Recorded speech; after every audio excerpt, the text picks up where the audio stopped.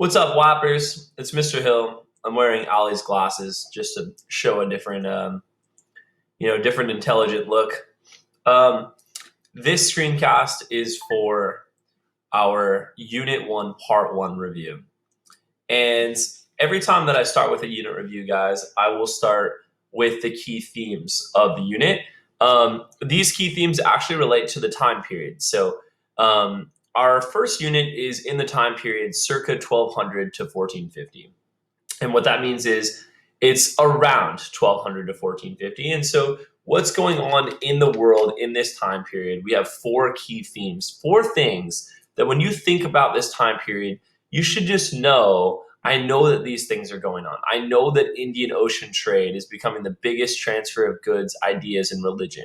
I know that even though there is land-based trade along the Silk Roads, that Indian Ocean trade is now our biggest avenue of exchange. I also know that the spread of Islam is a very, very big theme during this time period. Although Islam was created around the year 600, the last of the major religions to be created, it takes hundreds of years to spread. It spreads to Northern Africa, across the Trans-Saharan trade routes, and then it comes across the Indian Ocean trade routes, especially by those Muslim merchants. And there are many of them. Western Europe remaining mostly feudalistic during this time period, still feudalistic after the fall of Rome in 476, but slowly begins to centralize, while Japan remains feudalistic. And finally, down at the bottom, the Mongols assemble the biggest empire ever. They foster trade, they spread ideas, technology, and disease. Now, today we're going to talk mostly about Asia. We're going to talk about East Asia, which is China and Japan and Korea.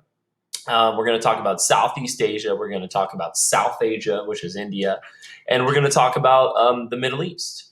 So we're going to start with China, guys. China, of course, the College Board says East Asia, and it's mostly referring to China in this course, guys, because China is the most powerful country for most of the course in East Asia. And in this time period, it's the most powerful country in the world. The key concept going on at this time period, guys, is that China is the growing in power and wealth and expanding to dominate the areas around them politically and culturally. They're using Confucianism in their governments and in their everyday practices, and that ideas of Confucianism is going to be spread throughout East and Southeast Asia to the surrounding states, to Korea, to Japan, and then down to Vietnam as well.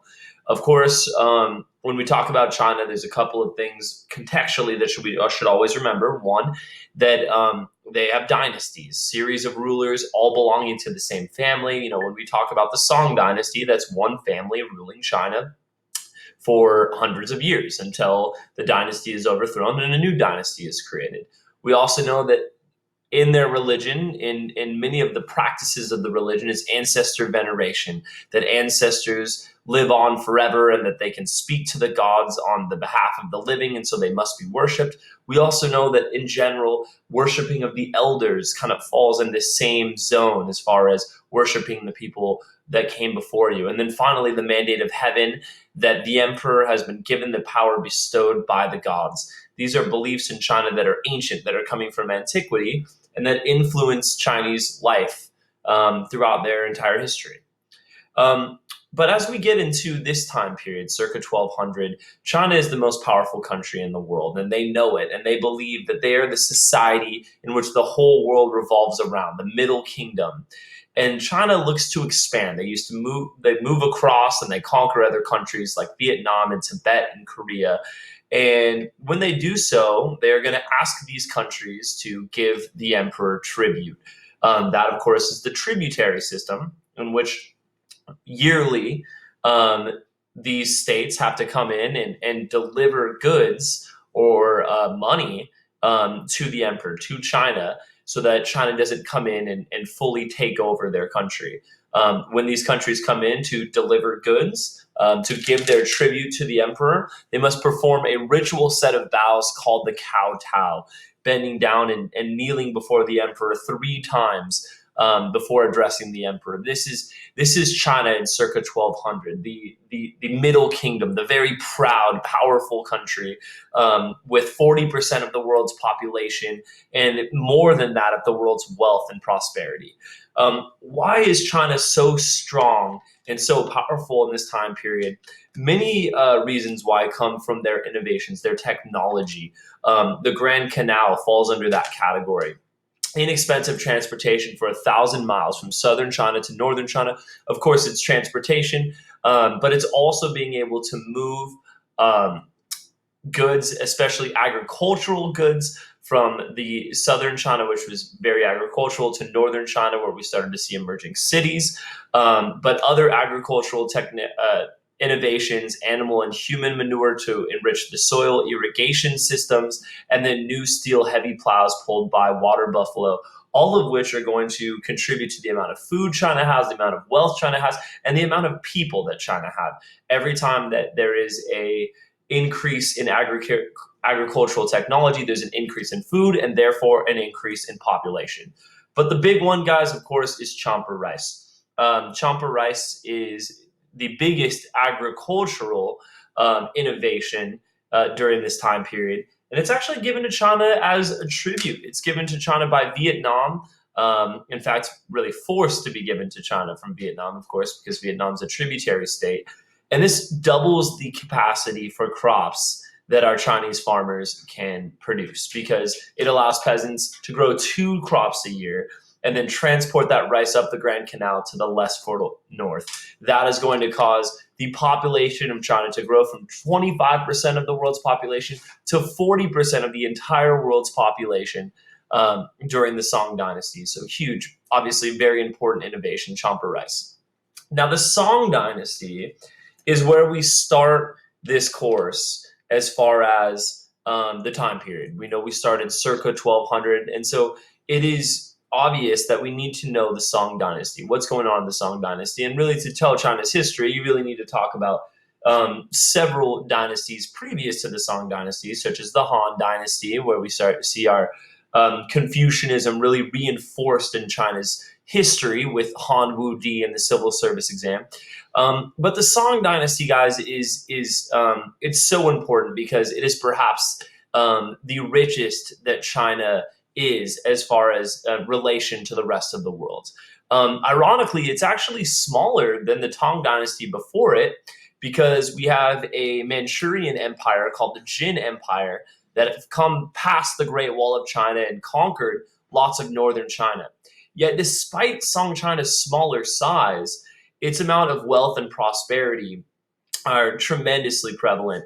And why so? Because two things. China's ahead of the game in the fact that it is using its government and its communities to really control the economy. Really, this is a very, very advanced innovation that China is doing, where it is having community-based factories and it is regulating the economy from the government. Speaking of the Chinese government, the Chinese bureaucracy is the model government in the entire world.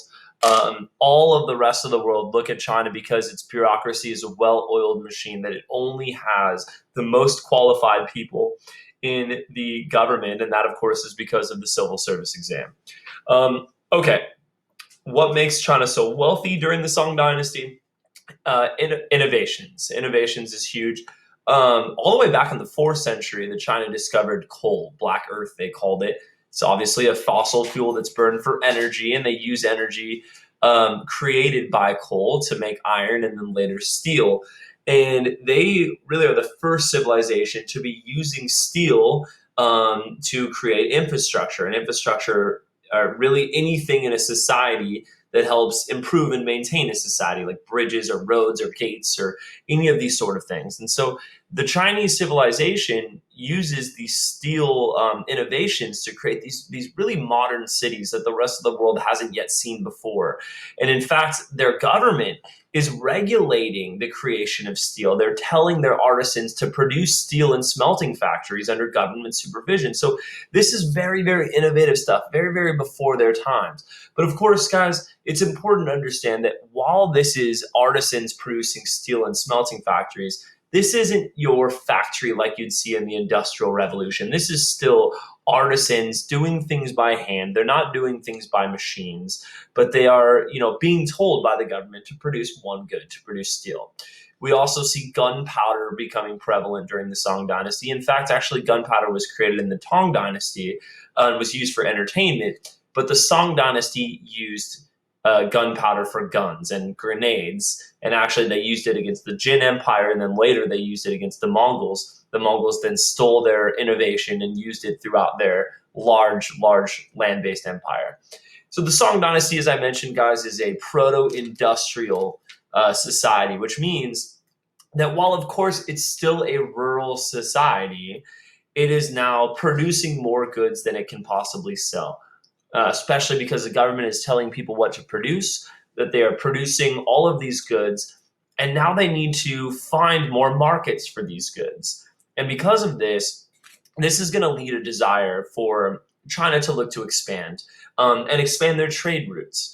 But China, they've already expanded into many of the neighboring states and made these into tributary states.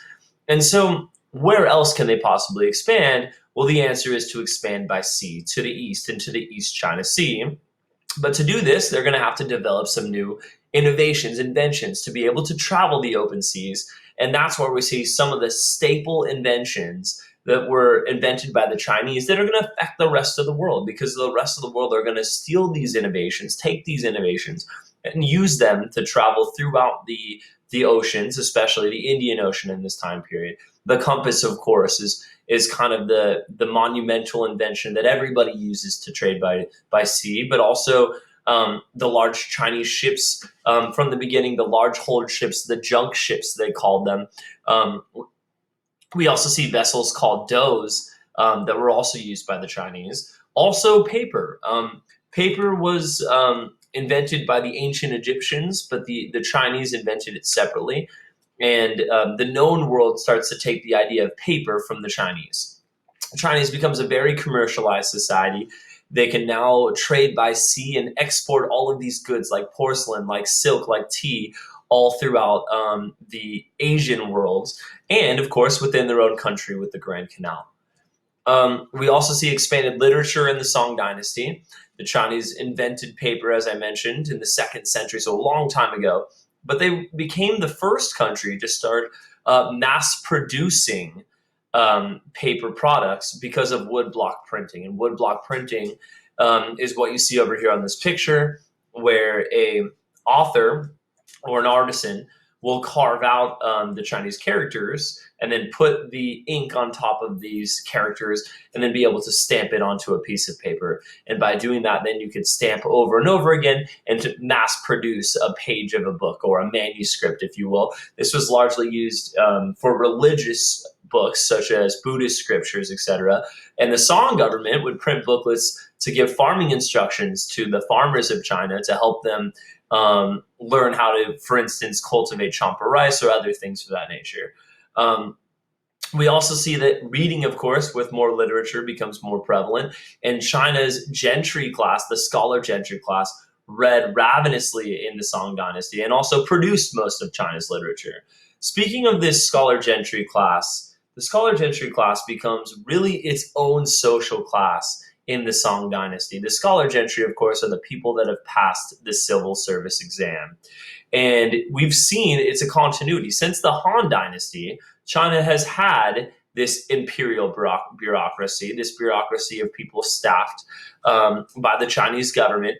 Once they've passed the civil service exam, they get a government position. This, of course, means it's a meritocracy. They've earned it. They've entered the government because they've passed the test. Yet, up until the Song Dynasty, and up until this guy, Emperor Song Taizu, the only people that were allowed to take the test were people from the rich noble families. And in fact, largely most people in China were poor peasants, and they couldn't afford education. They didn't know how to read. And so really, we didn't have necessarily a meritocracy. While people that passed the test had to earn that, we saw that you really didn't have a chance of passing the test unless you were from those aristocratic families. Emperor Song Taizu is going to change that. He's going to expand education to the lower classes and increase the number of bureaucratic positions in China. And by doing this, now we can see that the lower classes now have a chance to come up and raise to the highest level of society that they can attain a bureaucratic position in the Chinese government. Now, it is true that still most bureaucrats were from aristocratic families, but this is going to bring a big resurgence of studying the Confucian classics. And there's going to be some positives to this because we see the lower classes being able to rise up in Chinese society, but we also see some negatives to this because we see that Confucian ideas don't necessarily support all members of the Chinese society. We'll get into that in a second. First of all, as more men pass the civil service exam, we see this new social class, the scholar gentry, and it becomes bigger and more influential even than the nobles in China, who had before then been the highest class, obviously below the emperor. The vast majority of the population still are peasants in rural areas. And notice our peasants, second, they're in the middle over here on the social structure. Remember that China's social structure really values you on what you contribute to society. If you look at the scholar gentry up at the top, contributing the most, the peasants second most, and they look down upon those merchants because they are not creating something themselves, they are benefiting from someone else's creation. Now, a long-term problem with having this many people working for the government is that, of course, the government has to pay everybody that works for them, and that gets quite expensive. And we see China start to run into financial problems later in the Song dynasty, and especially in the Ming dynasty and the Qing dynasty because of this expanded bureaucracy. Now, as I mentioned, there are some problems with Confucianism reviving in the Song dynasty, and the biggest being that Confucius didn't look at women as contributors outside of the home. In fact, his moral values for women were domesticity, motherhood, and handwork. And what that meant was that women's rights during the Song dynasty started to decline. Women's role was believed once again to be in the home. They weren't participating in business. They weren't supposed to remarry after they were widowed. And of course, most famously, the practice of foot binding starts in the Song dynasty. Where we see the feet being wrapped tightly so that the bones didn't grow. This was supposed to be a sign of aristocracy. This was supposed to be a sign of status. That if I'm able to wrap my feet, this shows that I don't have to work, that I can stay at home, that I can be an object of beauty. But of course, what this really did was mangle these poor women's feet.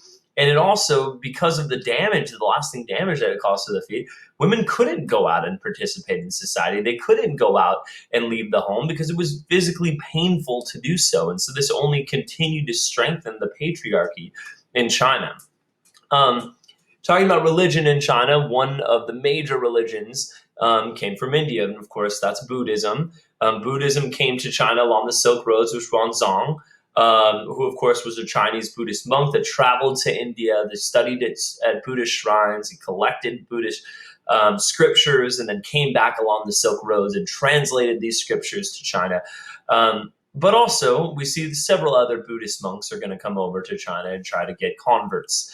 In China, we really, at this point, before Buddhism, have three major quasi-religions, philosophies, and that would be Taoism and Confucianism, and now we have Buddhism coming in. And with Taoism, Taoism was very popular with the peasants up until this point because it was reinforced going out into nature and being calm and transparent with nature. And so what happens is our Buddhist monks that come in and travel into China from India are going to relate this idea of Taoism with Buddhism, and they're going to try and teach the Chinese the ideas of Buddhism by relating it to Taoism. And so we see actually a syncretic religion emerge called Zen Buddhism. And we also see monasteries pop up throughout China of monks being devoted to living along the simple lives that Buddhism teaches. Now, our two dynasties, the Tang dynasty and the Song dynasty, the Tang dynasty being first and the Song becoming second, both treat Buddhism very differently. The Tang Dynasty does not like the emergence of Buddhism in their dynasty, especially because it has become so popular with the peasants. The Tang government looks at Buddhism as a foreign religion. It has come from India. And since we, the Chinese, are the middle kingdom, the society that everyone revolves around, it's a pride thing for them. They look at this and say, this is not a religion that should be in our country. They also economically are hit by Buddhist monasteries springing up throughout China because Buddhist monasteries didn't have to pay taxes. They weren't getting money by all of these Buddhist monasteries springing up. And so in the 8th century, the Tang officials closed the Buddhist monasteries. They seized their land. Now, the Tang dynasty falls apart in 907, and then comes the Song dynasty. And the Song government is a lot friendlier towards Buddhism. Of course, the Song government, because of the civil service exam, everyone in the government has passed the civil service exam, and so they're going to promote Confucianism. But the Song dynasty isn't as much threatened by Buddhism at this stage, especially because of the expansion of the civil service exam. We see a revival of Confucianism, and in fact, some scholar gentry look to appreciate Buddhism because of the thoughtfulness that it gives to the soul and the meaning of life. And so, in fact, we see a syncretic philosophy that forms kind of a mixture of Zen Buddhism and Confucianism, and that becomes Neo-Confucianism or New Confucianism, and it's the thought of Confucianism with the elements of Buddhism and Taoism. Now, one of the major keys to understanding East Asia at this time period, guys, is all about the idea that China is so important to the rest of Asia at this stage. They're so influential that not only, of course, is it going to trade with other places and politically dominate its tributary states like Japan and Korea and Vietnam, but it's also going to culturally impact and influence these states as well. It's important to understand, guys, that because China is so wealthy, that even though Japan and Korea and Vietnam were all forced to be tributary states, all of them actually benefit from this status. They benefit from the fact that China, the richest country in the world, is forcing them to visit peacefully every year and bring their goods, because we see that while some of the goods come in as tributes, other goods are traded in the Chinese marketplaces, and they can bring back really rich items back to their countries. And so Japan, Korea, and Vietnam all benefit from this status. But of course, the problem is that they also get a heavy dose of Chinese culture. And many of these places, Korea, Japan, and Vietnam, of course, have their own cultures, and they have to try and maintain their own cultures while living in the shadow of China. This process, guys, this process is called sinification, the assimilation of Chinese culture. Each place is going to adapt and deal with this sinification in their own way. Korea is going to be the country that is most influenced and impacted by sinification. They go through the most sinification, and especially because of their location. They share a boundary with China, and because of this, they are really going to model themselves after the Chinese government and culture. They centralize their government like the Chinese. They have an emperor. They have bureaucracies. Their elite studies Confucianism. Their peasants study Buddhism or are attracted to Buddhism. They even adopt the civil service exams. The one difference, really, between Korea and China is that the civil service exams did not have that element that Song Taizu introduced. They were not open to the lower classes. They were only open to the noble classes of Korea. Of course, a way in which the conservatives, the elites, kept power in Korea. Japan is an interesting case in this stage because Japan had been very feudalistic, and Japan is feudalist for most of its history. And that's because they start as a very agricultural society, and an agricultural society gets wealth by how much land and therefore how much crops they can produce. And so they start by having these noble families called clans that really control the country. They don't have a centralized government. They just have several different clans.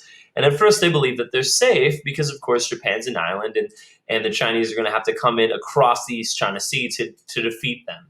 But then they started to get worried because Korea falls to China and Vietnam falls to China and become tributary states. And Japan now becomes worried it looks like China has the power to come in and take us over ourselves. And so we actually see Japan intentionally try to model itself after China to try and show China that we are a civilized state. We do not need to be conquered by you. Instead, we will try to have better trading relations with you. And so it's actually a brilliant move.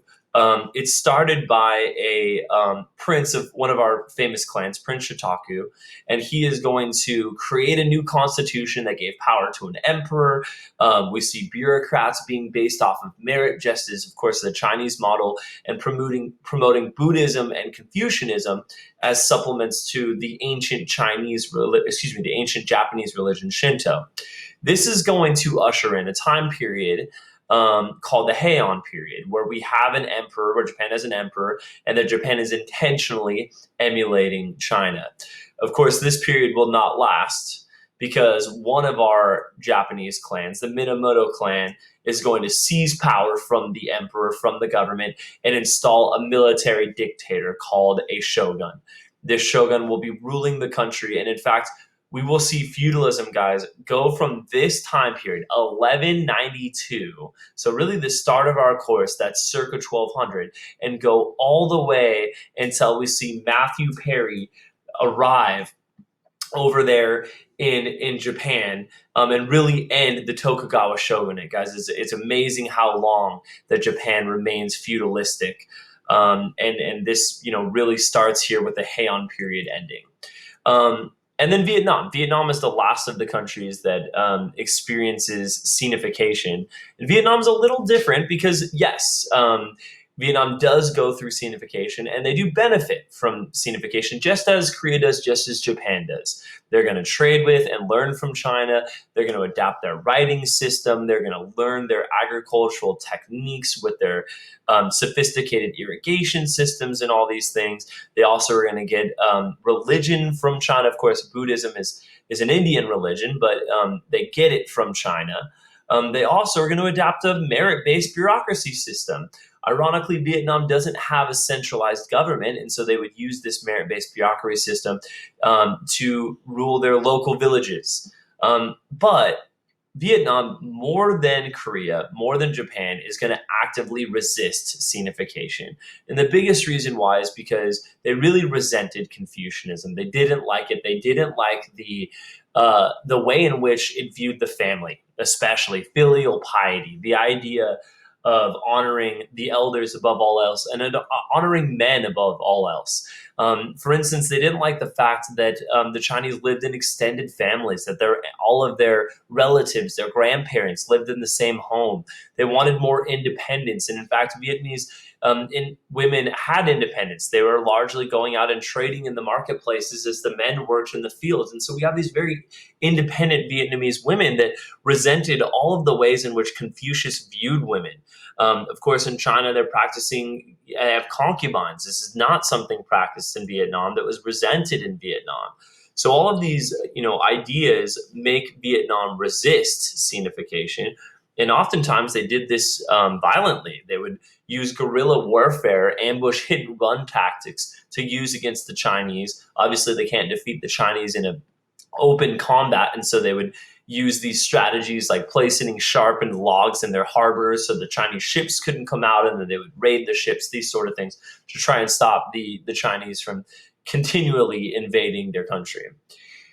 Okay, a drastic shift here now, because we are going over to the Middle East and we are talking about Muhammad. We are talking about the birth of Islam, and a couple of major things we have to talk about with Islam so that we can understand it for the duration of the course. Now, of course, Islam starts with Muhammad, who's born in 570. He was a merchant. He was a caravan trader in Syria, and because he was a caravan trader in Syria, he was constantly interacting with people from other religions. He was interacting with Christians. He was interacting with Jews. He was interacting with another monotheistic religion, Zoroastrians. And because of this, he was heavily influenced by these monotheistic religions. And then he was praying one day in a cave when he experienced some revelations from an angel of Allah, the angel Gabriel. and he was given the word of God. And he took this exact word of God and he put it into a book that, of course, now is called the Quran. And in this Quran, there is 5 major teachings, the 5 pillars of Islam. One, of course, is monotheism. There's only one true God. You have to pray 5 times a day facing Mecca. You must give alms to the poor, money or charity to the poor. You must fast during the month of Ramadan, which comes in May and June. And then, of course, one time in your life, the pilgrimage to Mecca. This is something that, Muhammad has put into this Quran, and this religion starts to spread throughout the Arabian Peninsula in which it was created, and it is heavily embraced by the multiple tribes, the Bedouins, if you will, throughout the Arabian Peninsula. One of the things also mentioned in the Quran is the jihad, which is an Arabic word that means striving or struggling. And this is going to be used by Muhammad to talk about striving or struggling in a way that is pure, in a way that is battling evil within your own soul. And this is, trying to honor Allah in this way. But striving or struggling, although it appears with no military connotations in the Quran, was heavily adapted by militant Muslims and changed in a way that it is not intended in the Quran to be interpreted as a struggle against non-Muslims. And oftentimes this was used by Muslim invaders, especially the Muslim invaders of the gunpowder empires in our next unit, that would justify military intervention in many different places around the world. Ali Pepper's outside. Now, after Muhammad dies, we see a major situation where it creates a crisis. Muhammad has become this leader of the Arabian Peninsula, not because he controls a government that controls all of the Arabian Peninsula, but because he has created a religion that so many people have followed. But now that he has died, who now can take his place and be the leader of Muslims, to be the religious leader, but also there's need for a political leader, someone to bring these people together in some form of government. And the answer is that there needs to be a new position, a position of the political and the religious leader of the Islamic community that becomes the caliph. Now, there's 2 rightful people that could become the caliph. One is Abu Bakr, who is the father-in-law of Muhammad, and the other is Ali, who is a cousin. Now, eventually it becomes Abu Bakr, the elder. He's more experienced. He was with Muhammad since the beginning. He was, of course, the dad of Muhammad's first wife, who Muhammad loved very much.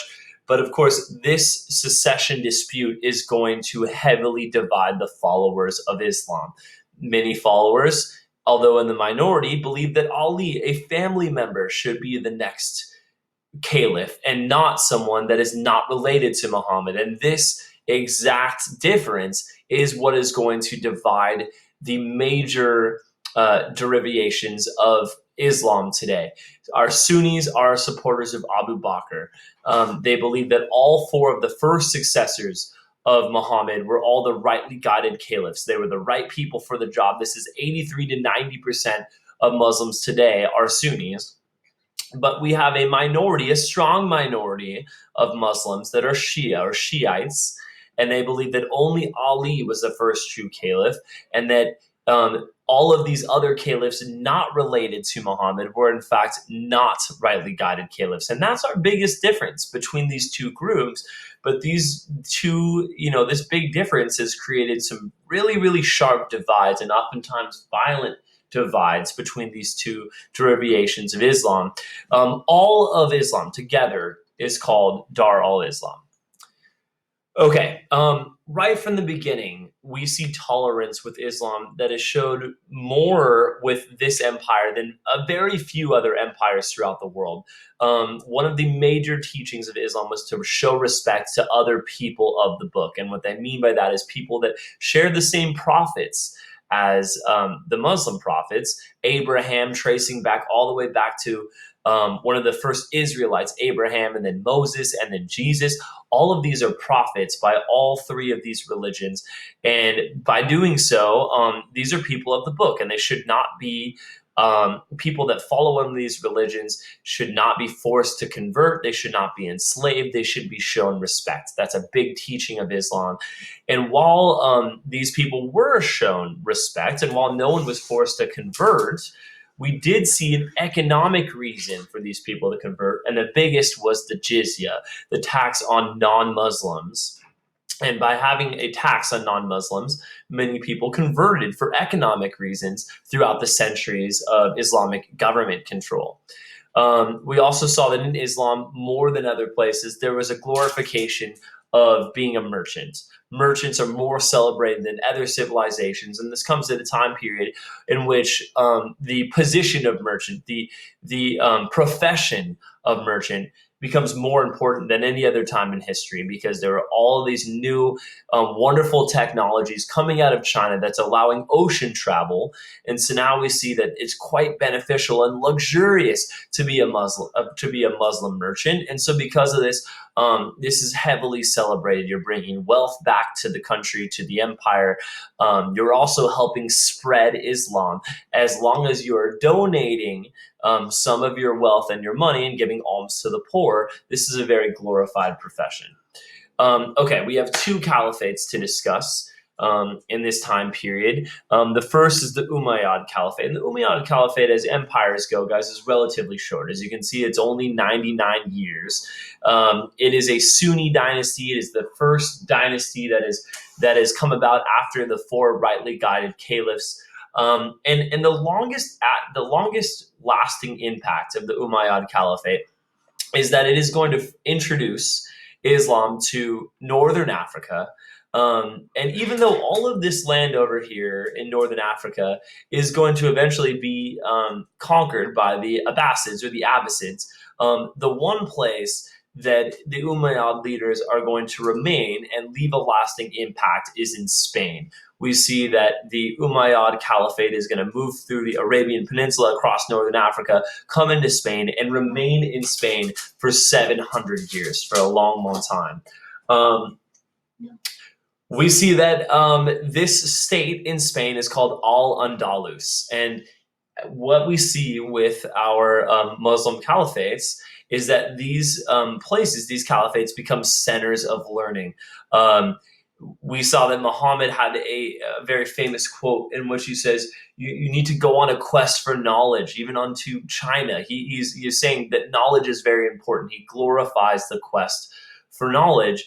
And so we see that these places like Al-Andalus, like Cordoba, like Baghdad, these major capitals in the Islamic caliphates becoming what we call these centers of learning.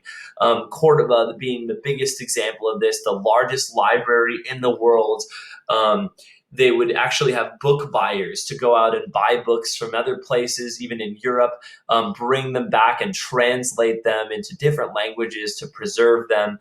And this attracted scholars from all around the world to come in and study at Cordoba. This became a very famous place. Because of its tolerance, we saw people from all different religions coming to Cordoba to study. Cordoba was also a very rich city, because we saw, obviously, Spain is in Western Europe, and we saw lots of goods coming from Western Europe into Cordoba, and then taken on the doughs, the thin-hulled merchant ships, and traded throughout the Mediterranean Sea with Muslim merchants that way. And then, of course, the Abbasids come in, and as you can see from the date up there, the Abbasids are going to last far longer than the Umayyad Caliphate. And the Abbasids are going to last all the way until the Mongols come in and conquer them. They found a new capital called Baghdad, and Baghdad becomes a center of trade. Baghdad, in the traditional Tigris and Euphrates, the center of trade over here, where we see trans-Saharan trade coming this way, and then we see trade along the Silk Roads this way, the ancient Mesopotamian trade routes over here. And this is going to bring immense wealth and population to Baghdad.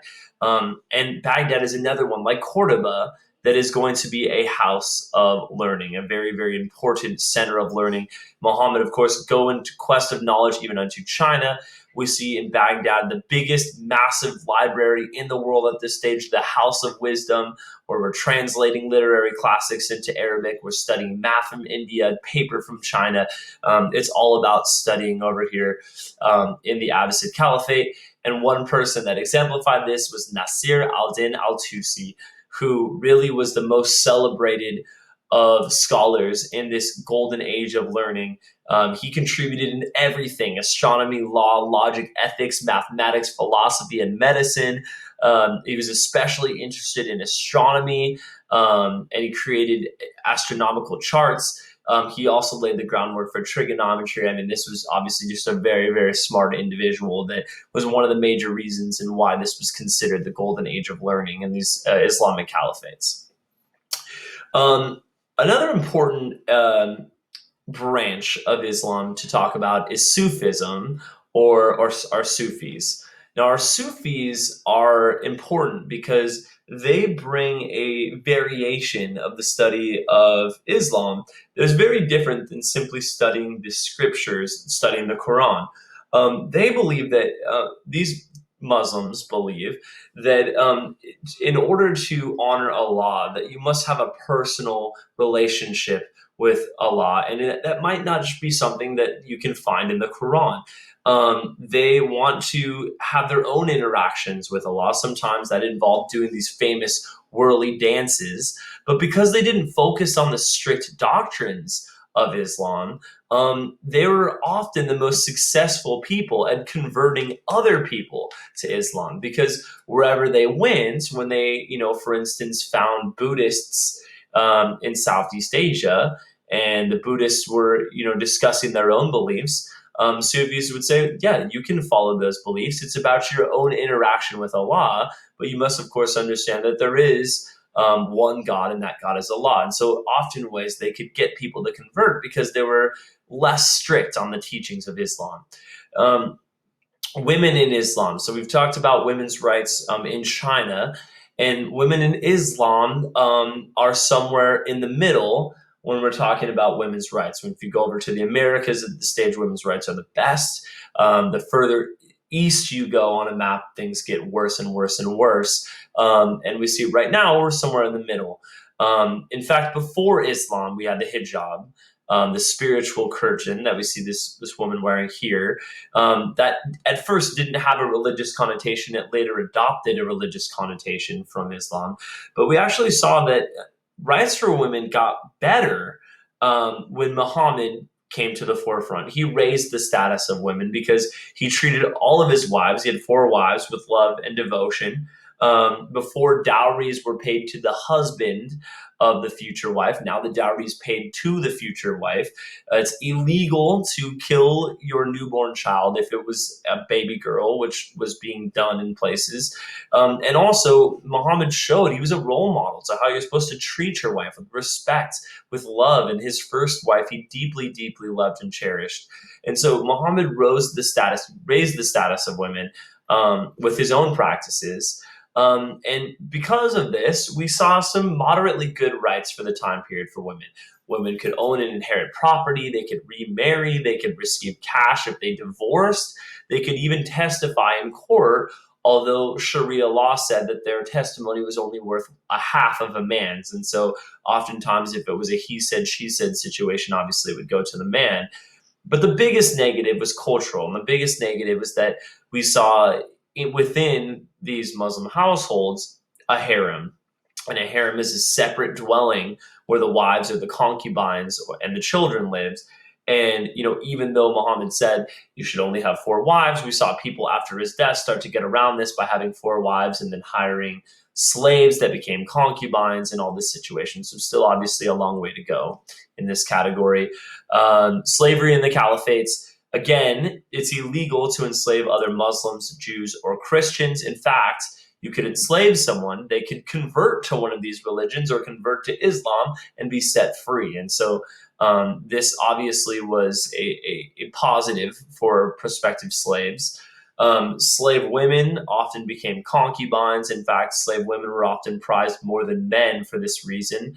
And although obviously they had a very difficult life, They were often given more independence. They could often go out and participate in everyday life, even more so than the wives of men in Islamic caliphates. Okay, once again, a drastic switch. We are now getting into the final area, geographic area for this first lecture, and that's South Asia and just a little bit on Southeast Asia. So, of course, guys, when the College Board says South Asia, they're really talking about India. Um, in the last unit, we would be talking about Pakistan, but of course, this last unit now is not going to be on the AP exam. So, we're really talking about India here. And India experienced a very early golden age. The Gupta dynasty, which collapsed in around 500 CE, was the really the pinnacle of Indian wealth and prosperity. Very, very wealthy, centralized empire in which the entire Indian peninsula, or most of the Indian peninsula, was unified under one government. And that is now different. That is now changed. After the fall of the Gupta dynasty, there is no central unifying force in South Asia for the next 1,000 years. What that means is that India, as we know it, is always going to be divided for the next 1,000 years. There's going to be several governments within India that are competing against each other. So local rulers competing for power, fighting against each other. In reality, guys, the one unifying factor in India is not government. And it isn't government for most of India's history. The unifying factor, of course, is Hinduism, the caste system. But in this time period, Hinduism is threatened more than any time before, because now we have this new religion, Islam, that is created just to India's west. And so we see that northern India, especially, is going to have to resist Muslim invaders coming in from the west. Now, southern India, because it is, safe from these invaders, enjoys relative prosperity. They flourish with Indian Ocean trade. And while we do see Muslim merchants coming into southern India and bringing Islam in their own right, this is largely done peacefully, while northern India experiences lots of violence. So we'll first talk with the very peaceful southern India, and we see two kingdoms that are flourishing in this time period. The first is the Chola Kingdom. The Chola Kingdom is going to be one of our pioneers of Indian Ocean trade. They're going to become a very, very wealthy Hindu kingdom because of trade, especially spice trade. They're going to travel all the way through the Malacca Strait, all the way over to China, 3,000 miles away. This is, at the time, the longest trade route that any merchants would go through. They also conquer modern-day Sri Lanka, which at the time was called Ceylon, to control their valuable spice trade there. And then following the Chola Kingdom was the Vijayanagar Kingdom. The Vijayanagar Kingdom was actually started in a very interesting way. Up to the north, we now have a Muslim kingdom called the Delhi Sultanate. And the Delhi Sultanate employs these two brothers, Harihara and Bukka.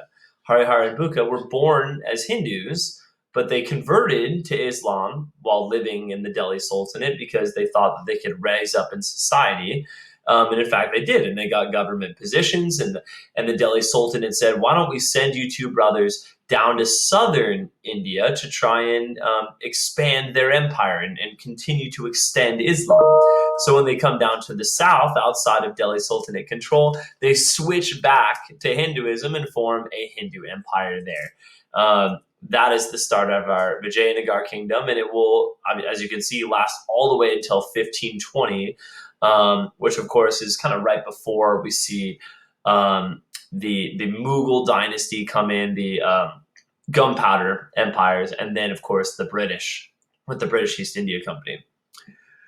Okay, northern India though is a very, very different situation, guys. As you can see, once the Gupta Empire collapses, we now see a very divided northern India with lots of different kingdoms, what we call the Rajput kingdoms, controlling northern India. And they're often at war at each other. They're fighting against each other. And because we don't have a centralized government controlling all of India, and because we have all these people constantly fighting each other, northern India is subject to attack. They can come in and be invaded, and they are invaded. And they're going to have constant invaders coming from the west. The first one is the Umayyads.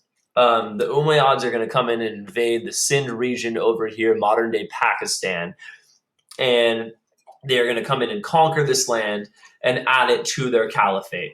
Now, it's at the very, very edge of their caliphate, and because of this, they couldn't really exert lots of control over it, and the Rajput princes there still had heavy influence. And because of this, we didn't really see a lot of converts to Islam in this time period. Most of these South Asians remained Hindu despite being controlled by Muslims. The second invasion are going to come by men of Mehmed of Ghazni. Mehmed of Ghazni was not a nice man. This guy was there to come in and seek treasure and to seek wealth. And he's going to come in and invade the Punjab region in what we call the Ghazni invasions. He actually invaded almost 17 times, coming in and looking for wealth. He would plunder Hindu temples and especially Buddhist shrines. The Buddhist shrines are especially wealthy because when you became a Buddhist, you were supposed to renounce your worldly possessions, and oftentimes these Buddhist shrines had all sorts of fabulous, wealthy jewels and riches. And so he would target these Buddhist shrines and come in and take all of these things and build mosques on their remains. And so what these invasions really did was really two things. One, it gave Muslims a really bad reputation in South Asia. Many Indians really did not like these Muslim invaders coming into their homeland, but also it really disorganized Buddhism in India. Buddhism is the birthplace. India is the birthplace of Buddhism, and really Mehmed of Ghazni, among all other people, did the job of stopping Buddhism in India, and Buddhism starts to become a minority religion there in India. Now, while neither of these invasions really brought many converts, obviously Hinduism remains very strong in India even today, we did see more Muslims remaining in India, and those descendants, especially of Mehmed of Ghazni, are going to form a caliphate, so to speak, a Muslim kingdom called the Delhi Sultanate. It's called the Delhi Sultanate because the person that leads it, of course, is a sultan. And the Delhi Sultanate is going to control, as you can see from the map, most of northern India. It's going to be limited. It's going to be limited because most of the people they preside over, the mass majority of people they preside over, are Hindu. And so that's obviously going to create a problem.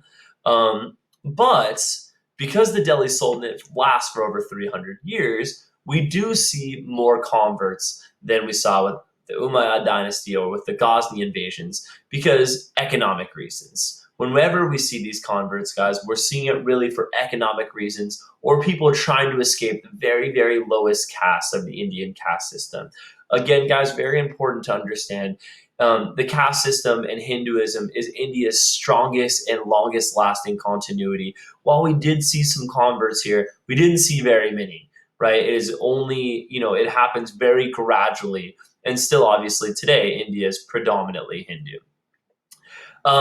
But India, besides the religious battles going on, especially southern India and West India, becomes one of the richest areas in the world.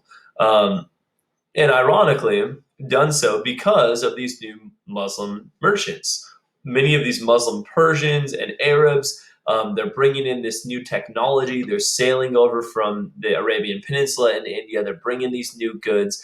And now these cities in Western India become these thriving centers of trade. For one, they have their own goods to trade, especially textiles and spices.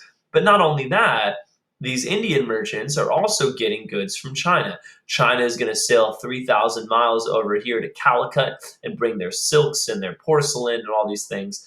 And then the Indian merchants are going to trade for those and then trade them right over to the Muslim merchants here and make a fabulous profit in the process. India, of course, the center of Indian Ocean trade, and becomes very, very wealthy in the process. In fact, so wealthy that the rulers, the local rulers in India, actually loved when merchants arrived. They encouraged merchants arriving. And because of this, we didn't need any navy, any armed regulation of trade. This was pure laissez-faire trade here, unregulated trade, because everybody benefited from it, right? And Calicut being one of these major trading cities in the west of India. One of the things that aided trade, in fact, was absolutely necessary to trade in the Indian Ocean, was knowledge of the monsoon winds. In the winter, they blew one way. In the spring and the summer, they blew another. And so by knowing these winds and utilizing the Latin sail, you could go from place to place. You could go down to the Swahili states in Africa. You could come to India. You could make your way to China and do all these things. But you also knew that because you're dependent on these winds, that when you arrive somewhere, you're going to have to wait till the winds change. And oftentimes the winds aren't going to change for several months. And so if you land in a place that's not your home, you're largely going to have to live there for several months. And because of this, we saw lots of intermingling between the cultures. We saw many people meet wives or husbands in these new places and marry. And this, of course, is going to bring these diasporic Muslim communities. And these Muslim communities largely are going to become Muslim families, because oftentimes, especially if the merchants were men, which they predominantly were, they would bring Islam to their family. And so this spread Islam very prevalently throughout India and throughout East Asia, and especially Southeast Asia. Other technologies that help, and we're going to go over this in Unit 2 a lot, so I'll kind of fire through these real quick. The Latin sail and the stern runner, both very necessary to trade in Indian Ocean trade. Of course, we can't trade in the Atlantic Ocean yet, but these technologies allow us to trade in the Indian Ocean. We also see that Islam is going to spread in South Asia, and it's going to spread because who are going to convert? Low caste Hindus, the Dalits, the Shudras, of course, being the lower caste of the Hindus that had reason to believe that if they converted to Islam, that they would have a better life.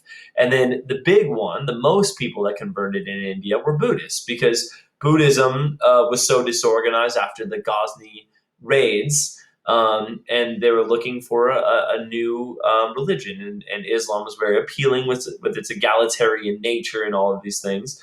And who, again, was the most effective at proselytizing, at actively seeking converts? Those are our Sufis, because they said, hey, you can believe in your own beliefs as long as you understand that there is one God, Allah. And so we did see a slow spread of Islam in South Asia, and especially Southeast Asia. In South Asia, you would think, well, how are all of these Muslims coming into India? How is that going to affect the caste system? The caste system is able to adapt amazingly well to all of these new Muslim immigrants joining their country. We see that the caste system is largely based off of your position in society, and your position in society is based off of your profession. And so we already have a caste, the Vaishya caste, which includes merchants. And so largely these new Muslims that have entered India are just going to join the caste in which their profession denotes. And this is going to be absorbed into the Indian caste system beautifully.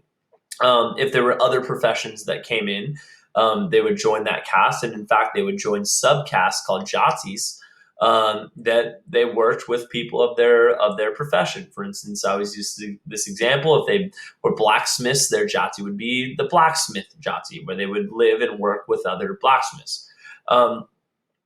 We also see that while some low caste Hindus attempted to convert to escape their low status, their low caste, they weren't able to do so. They're still viewed as their position in which they were in, their caste in which they were in.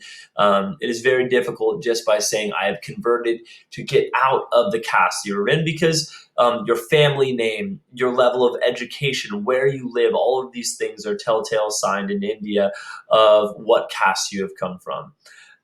We also see the caste system easily adapt to Islam, because we saw that women had a very, very different life than men. They were separated from men in India, and the same as well with the harem in the Middle East.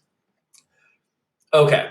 When we see the interaction of two cultures, when we see all these Muslim merchants coming into South Asia, we are going to see syncretism, and we have a couple examples of this. We have a mixture of architecture and art, with the Hindu art and the Islamic geometric patterns. The best example is the Qutb Minar. The Qutb Minar is still standing today. The tallest structure in India is this gigantic leaning tower. It's next to a mosque. It's built on top of a Hindu temple. And it's our best example of a mixture of these two cultures together to create this outstanding piece of art. And then we see Urdu. And Urdu was a language that was developed in amongst Muslims in South Asia. We have all of these people in South Asia that are speaking Hindi, and now we have Arabic coming in. People from the Arabian Peninsula are speaking Arabic, and we have people speaking Farsi from Persia, from the Middle East. So we have all these different religions coming together, and it's going to form a new syncretic religion called Urdu, which today is the official language of Pakistan. So this meeting of cultures, of course, is going to produce these new languages. Um, and then we have a movement, a Hindu movement, that is can easily be compared to Sufism. Hindus, I should say, our Sufis. Remember that they really focus not so much on the strict teachings of Islam, but more a personal relationship with God. The Bhakti movement is very similar. So Bhakti is love or devotion. It's a love movement, and some Hindus in the time period start to de-emphasize the traditional scripture and say there are hundreds of Hindu gods. Some say thousands of Hindu gods. We're going to focus on developing a strong personal attachment to one of them. This is again similar to the Sufis saying it's about your own relationship with God, right? And so this becomes popular because it's not so much emphasizing the caste system. It's not so much emphasizing the dharma and doing the duty of your caste.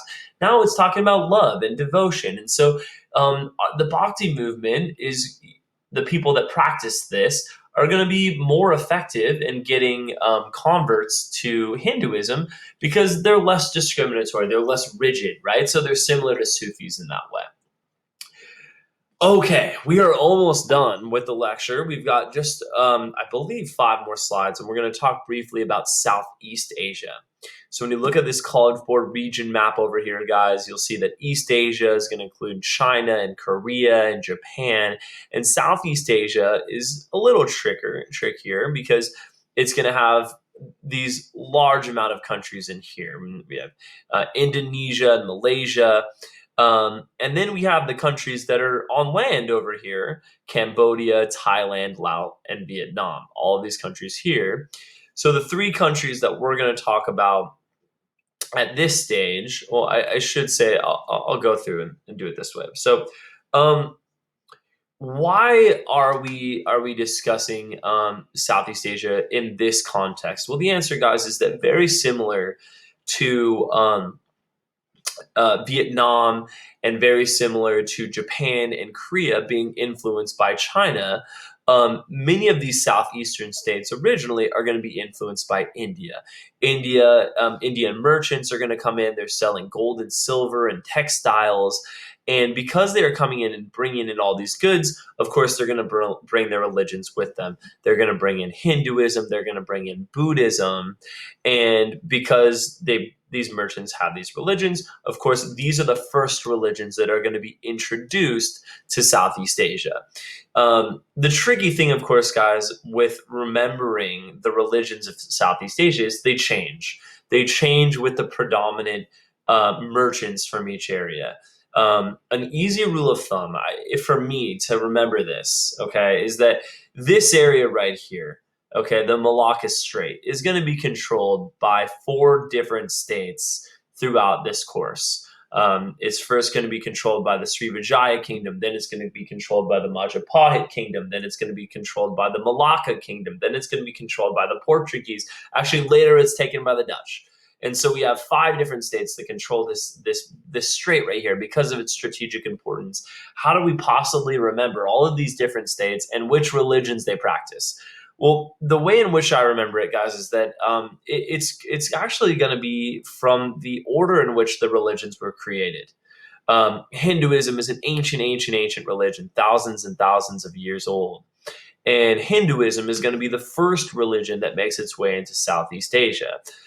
Then it will be followed by Buddhism as people start to convert to Buddhism in India and China, and they come through the Malacca Strait and they bring Buddhism.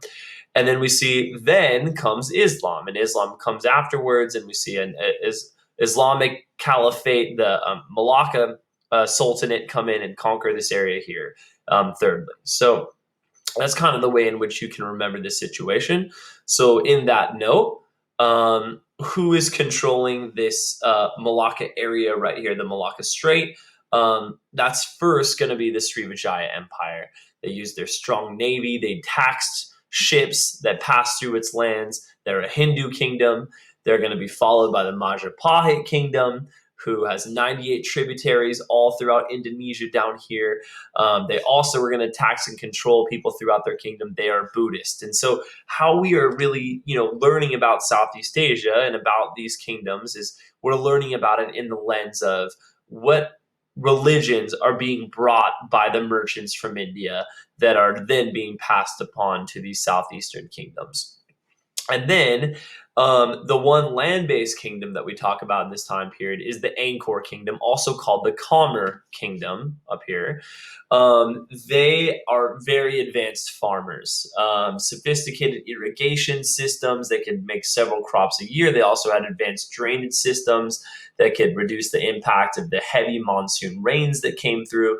But the big thing with the Angkor Kingdom guys, or the Khmer people, is that they have a fascinating religious monuments and religious central city, royal city, that show their changing religions.